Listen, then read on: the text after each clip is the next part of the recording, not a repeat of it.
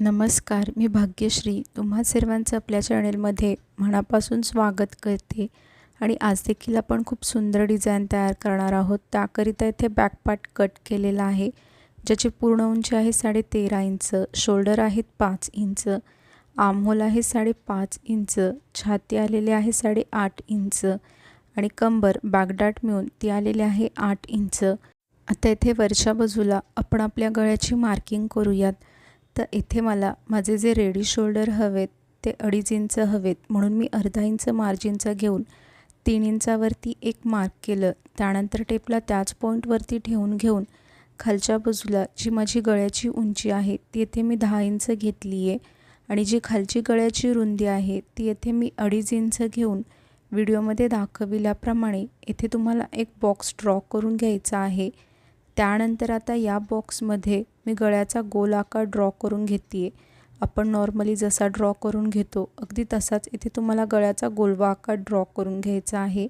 त्यानंतर या back पार्टला open करून पुन्हा अगदी मधोमध फोल्ड करून घ्यायचं आहे आणि हाताने असं थोडंसं टॅप करून घ्या, म्हणजेच थापून घ्या, जेणेकरून आपली या बाजूची डिझाईन त्याच्या समोरच्या बाजूवरती देखील उमटून येईल। त्यानंतर इथे मी अस्तर आणि मेन फॅब्रिक घेऊन दोघांनाही अशा पद्धतीने राईट साईडवरती राईट साईड म्हणजेच बरोबरीच्या बाजूवरती बरोबरीची बाजू ठेवून घेऊन मग इथे आपला जसा गळ्याचा आकार दिसतोय त्याच आकारात तुम्हाला इथे अगदी व्यवस्थितरित्या त्याला स्टिच करून घ्यायचं आहे। आणि जर तुम्ही इथे व्हिडिओ काळजीपूर्वक पाहत असाल तर तुमच्या एक गोष्ट लक्षात आली असेल की मी गळ्याच्या मध्यभागावरती त्याला बॉल पॉईंट पिन्स लावून पिन्सने सिक्युअर करून घेतलेला आहे, जेणेकरून जेव्हा आपण आपला बॅक पार्ट स्टिच करू तेव्हा आपलं कापड इकडे तिकडे हलणार नाही आणि आपण जसा गळ्याचा आकार ड्रॉ केला आहे अगदी तो तसा स्टिच केला जाईल। कमरेच्या बाजूला अर्धा इंच मार्जिन घेऊन सरळ व्हिडिओमध्ये दाखविल्याप्रमाणे स्टिच करून घ्यायचं आहे। जर आपण इथे अशा पद्धतीने स्टिच केलं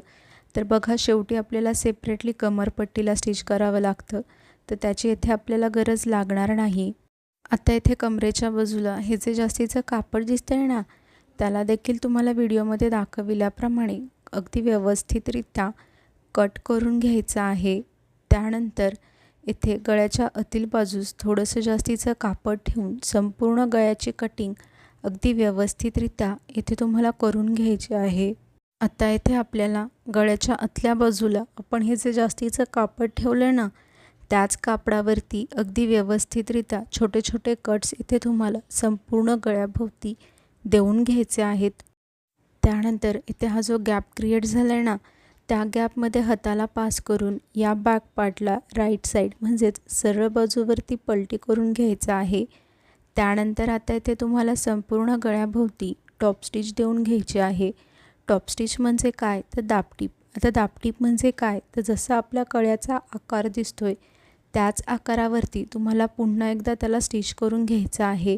इथे तुम्हाला जास्ती काहीच करायचं नाही आहे, जसं आपल्या गळ्याचा आकार वळतोय त्याच आकारात संपूर्ण गळ्याला इथे तुम्हाला स्टिच करून घ्यायचं आहे, अगदी व्हिडिओमध्ये दाखविल्याप्रमाणे। त्यानंतर इथे खालच्या बाजूला देखील तुम्हाला टॉप स्टिच देऊन घ्यायचे आहे। इथे देखील तुम्हाला जास्ती काहीच करायचं नाही आहे, अगदी सरळ शेवटपर्यंत इथे तुम्हाला त्याला स्टिच करून घ्यायचं आहे।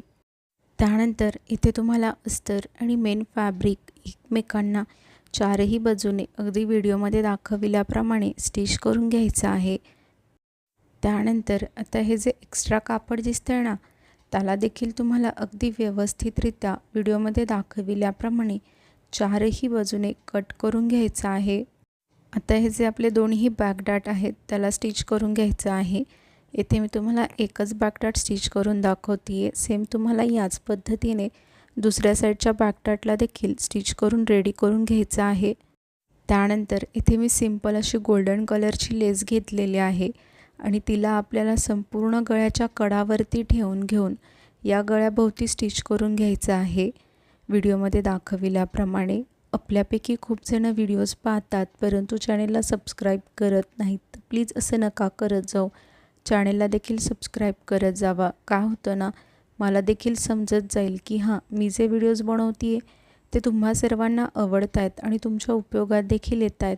आणि जर अशी सबस्क्रायबरची संख्या वाढत राहिली तर मला देखील एक नवीन उमेद मिळते आणि त्याच नव्या उमेदीत मला तुमच्यासाठी असेच नवनवीन व्हिडिओज बनवण्याची प्रेरणा देखील मिळत राहते। तर प्लीज चॅनेलला सबस्क्राईब करून सपोर्ट करा। आता इथे आपल्याला आणखीन एक डिझाईन ड्रॉ करायची आहे। तर खालच्या बाजूला थोडासा कर्व आकार ड्रॉ करून घेऊन मग वरच्या बाजूला व्हिडिओमध्ये दाखविल्याप्रमाणे आकार ड्रॉ करून घ्यायचा आहे। त्यानंतर या बॅक पार्टला मधोमध फोल्ड करून घेऊन हाताने असं थोडंसं थापून घ्या, जेणेकरून या साईडची डिझाईन त्याच्या समोरच्या बाजूवरती देखील उमटून येईल।